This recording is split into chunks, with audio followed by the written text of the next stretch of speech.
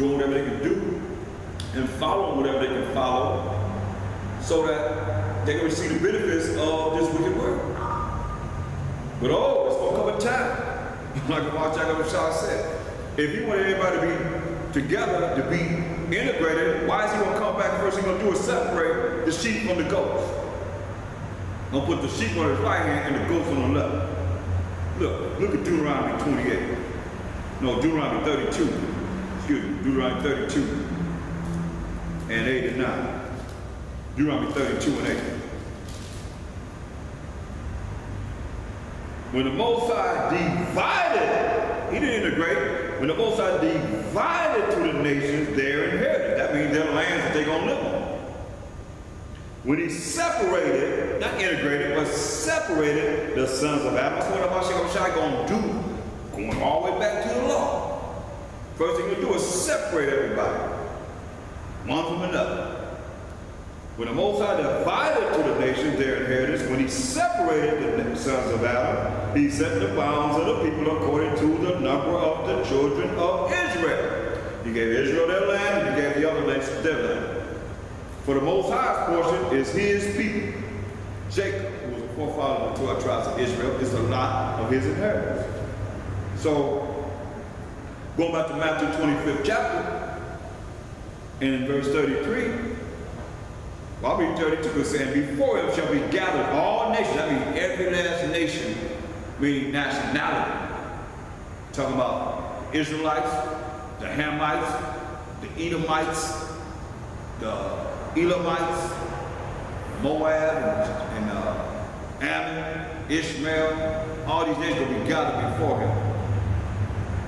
And he shall separate them one from another, just like the Most High divided to the nations their inheritance. He separated. When he separated the nations, that's what we just read. Going all the way back to what? The law. That's what he's going to do when he comes back. And he shall separate them one from another, as a shepherd divided the sheep from the goats. And he shall set the sheep on his right hand, but the goats on the left. He'll set the sheep on his right hand, and the goats will be on his left. Then shall the king say unto them on his right hand, come, ye blessed of my Father, inherit the kingdom prepared for you from the foundation of the world. See?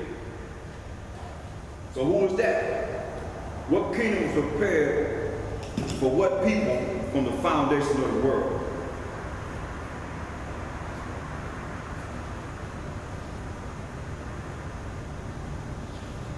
Look.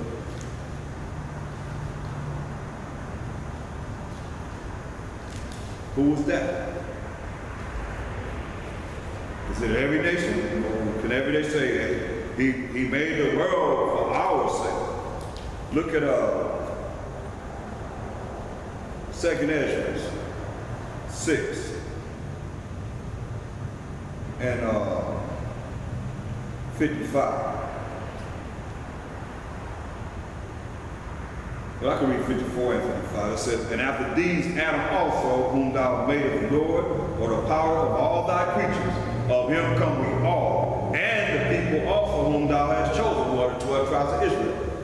All this have I spoken before thee, O Most High, because thou madest the world for our sake. See, he made the whole world for our sake. The whole world was made for our sake. And we transgress. Therefore, we're in the condition that we're in now. Look, 2nd Ezra 7 and 10 and 11. And I said, it is so, Most High. Then said he unto me, even so also is Israel's portion, because for their sakes, for the Israelites' sake, for the 12 tribes of Israel's sake, I made the world. And when Adam transgressed my statutes, then was decreed that now it's done. That's all we got. So he made the whole world for our sake. So now, going back to Matthew 25 and 33. And he shall set the sheep on his right hand, but the goats on the left. He set the sheep, the 12 tribes of Israel, 1/3, mind you, because 2/3, they're going to be right there with the goats. to receive what it is we're going to see the goat's going to receive. He's going to set the sheep on his right hand, but the goats on the left. Then shall the king say unto them on his right hand, verse 34, come, ye blessed of my Father, inherit the kingdom prepared for you from the foundation of the world. We just read it. Who is that? He made the whole world for Israel's sake. Mine is only going to be 1/3. For I was hungry, listen to this closely. I was hungry, and you gave me meat. You gave me some meat, gave me some food. I was thirsty, you gave me drink. Gave me some drink. Something to drink. I was a stranger, and you took me in. Took him in. Naked, and you clothed me. Gave me some clothes. Put on my back. I was sick, and you visited me. Sick, you visited someone that was sick. I was in prison, and you came unto me. Then shall the righteous answer him, saying, Mashiach Yasharahla, when saw we thee hungry, and fed thee, or thirsty, and gave thee drink? When saw we thee a stranger, and took thee in, or naked, and clothed thee? Or when saw we thee sick, or in prison, and came unto thee? And the king shall answer and say to them, verily I say unto you, as much as ye have done it unto one of the least, one of the least of these my brethren, his brethren. When we do it to one of our brethren, the least brethren, ye have done it unto me. That's what he's saying. So any of you that say that we should be feeding our people, should be clothing our people, should be giving our people some drink, or visiting when they're sick, or checking on our people that we know that's in prison, you off. You better check yourself. Try to check us, you better check yourself.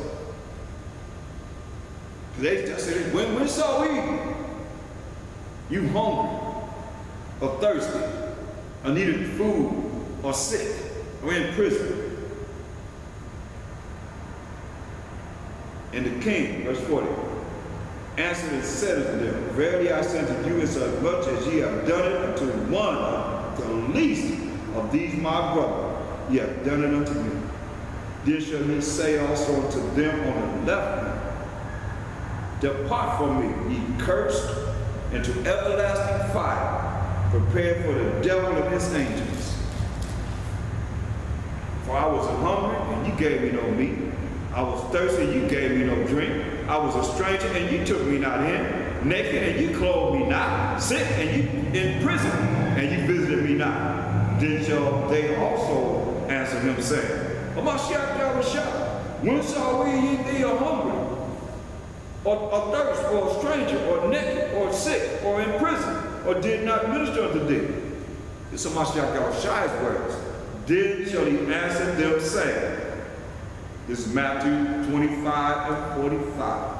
Then shall he answer them, saying, verily I say unto you, inasmuch as ye did it not to one of the least of these, talking about his brethren, the Israelites, ye did it not to me. And these, listen to the judgment he's going to give to those on the left hand. And these shall go away into everlasting punishment, but the righteous into life eternal. So he gives you the path. He gives you the way. Just a matter of where your mind has to realize a little something better than nothing. Believe me. Do it, just be done. We are called to do it. Hebrews 7 and 14. His brother, right? Hebrews 7:14. For it is evident, it's a fact, that our power, Mashiach Yasharahla, we just read about, came or sprang out of Judah. And Judah is Jacob's fourth-born son, of which tribe Moses spake nothing concerning priesthood, because the priesthood was with the Levites. And the Most High said, you're going to make us a nation, a kingdom of priests. So, Mashiach Yasharahla is a fact that he came out of the tribe of Judah. Hebrews 2 and 17. Hebrews 2 and 17.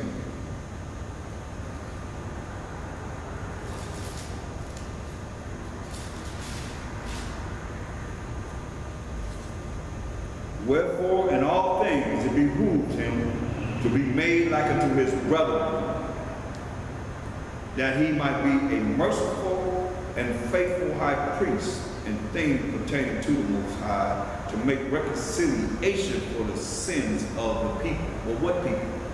The sins of the people of Israel, as we just read in Acts 5:31.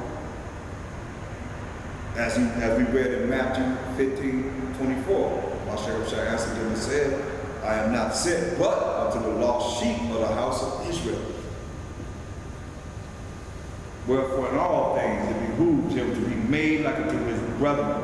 It behooves him to be made like unto his brethren. The same way his brother was made, that's the same way he was made.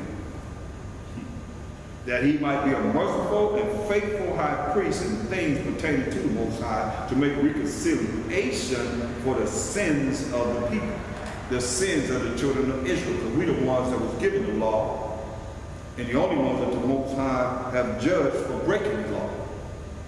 For in that he himself hath suffered being tempted, he is able to secure them that are tempted.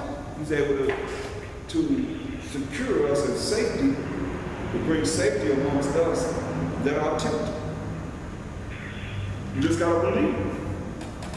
You just have to believe. It's your level of faith. That's why he told us in Matthew 11:28. He said, come unto me, all you that labor and are heavy laden. You have problems. You got things going on in your life that's bothering you. He said, bring them to him. Say, I will give you rest. He said, I'll give you rest.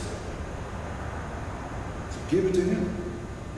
Take my yoke upon you and learn of me. He said, take this yoke upon you, so, and learn of him. Where's he at? Find another book. It's written of him. And then you get to understand it. He said, learn of me. For I am meek and lowly in heart, and ye shall find rest unto your souls. For my yoke is easy and my burden is light. It says light thing. Give it to him. He can handle it. What are you telling you?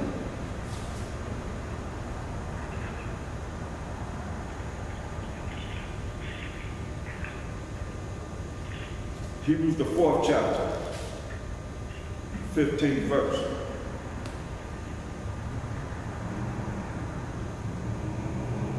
Hebrews 4 and 15.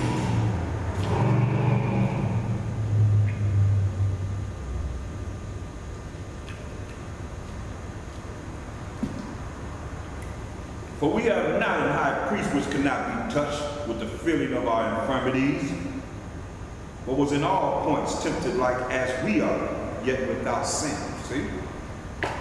This our high priest of Yasharahla. He feel our infirmities. In all points, as you being tempted, he was tempted too. Because he was on this wicked earth. And he was under the, you gotta look at it. He was under the wickedness of the Romans. Here we are under the wickedness of the Edomites, who are Romans are Edomites, so-called Italian Caucasian. Here we are under their kingdom. Subject to the same thing, the same wicked lives, and Satan knows he got a short time, so that's why he come down much wrath against those that keep the laws of the Most High and have no faith in Yasharahla, the true testimony of Yasharahla, and the faith in Yasharahla. So you vulnerable. I don't care if you hear my voice right now for the first time, you're still vulnerable. Straight up. Because the Most High called you to hear this truth, this day. And I hope you'll continue to go forward and want to know more. Because the world is in gross darkness. People's minds are in gross darkness. What, you going to go back to the world of gross darkness? Where are you going to go? That's why I wonder, when people that have been exposed to the truth, and them demons go out and get a complete number of spirits more wicked than themselves to deal with them. And most people are in denial. They won't man up to it or woman up to it. They ain't gonna man up to it. But you can see it because they don't know this word. And they think that their way is the right way. When they lack, you lack. Come on. Y'all know there's so much that can be brought out of this Bible. You can go on and on and on and on and on. Subject after subject after subject after subject after subject. It's all here. It's the book of life. It's all here.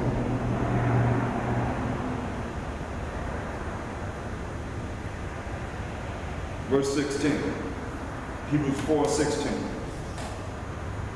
Let us therefore come boldly unto the throne of grace. What's grace? Getting something that you don't deserve. Let us come boldly before the throne of grace, that we may obtain mercy and find grace to help in time of need. What's grace? What's grace and what's mercy? What's grace and what's mercy? I'm asking you. What's grace and what's mercy? Anybody? Want to explain it? I'm asking you, what's grace and what's mercy?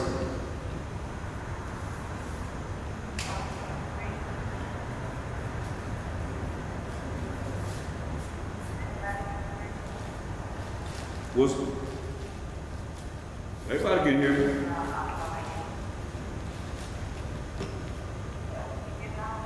Okay, I asked what's grace and what's mercy?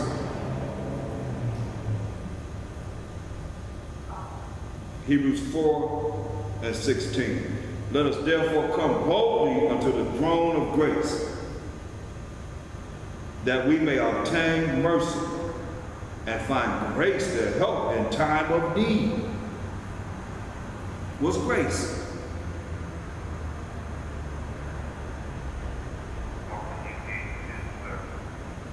What is it?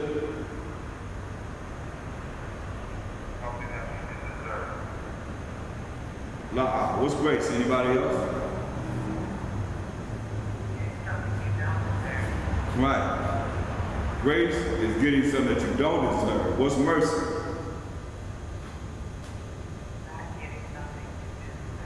Kind. Not getting something that you do deserve. Very good. Now, you see here it's saying, let us, so that's someone, therefore come boldly unto the throne of grace, the power that we're going to receive of grace. Getting something that you don't deserve, that we may obtain mercy, not getting something that we not getting something we do deserve, and find grace to help in time of need. Getting something we don't deserve in a time of need. This grace is only to Israel. This grace and mercy is only to Israel. When you read Wisdom of Solomon 3:9 and Wisdom of Solomon 4:15, this proves it. This is to us. This grace and mercy, Wisdom of Solomon 3 in the Apocrypha, is on page 59 and 9. They that put their trust in him shall understand the truth. You put your trust in the Most High, you understand the laws of the Most High, which is the truth. And such as be faithful in love, which is keeping of the laws of the Most High, shall abide with him. For grace and mercy is to his saints, and he hath care for his elect. So we know the saints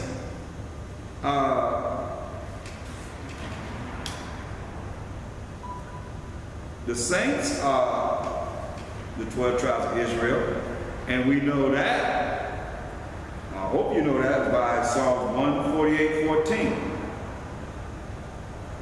Because he said, for grace and mercy is to his saints, and he hath care for his elect. His elect is defined in Isaiah 45:4.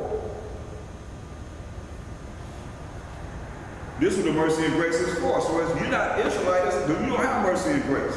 Not from the Most High. But remember, he reigned on the just and the unjust. With Solomon 4:15, this the people saw and understood it not. Neither laid they up this in their mind.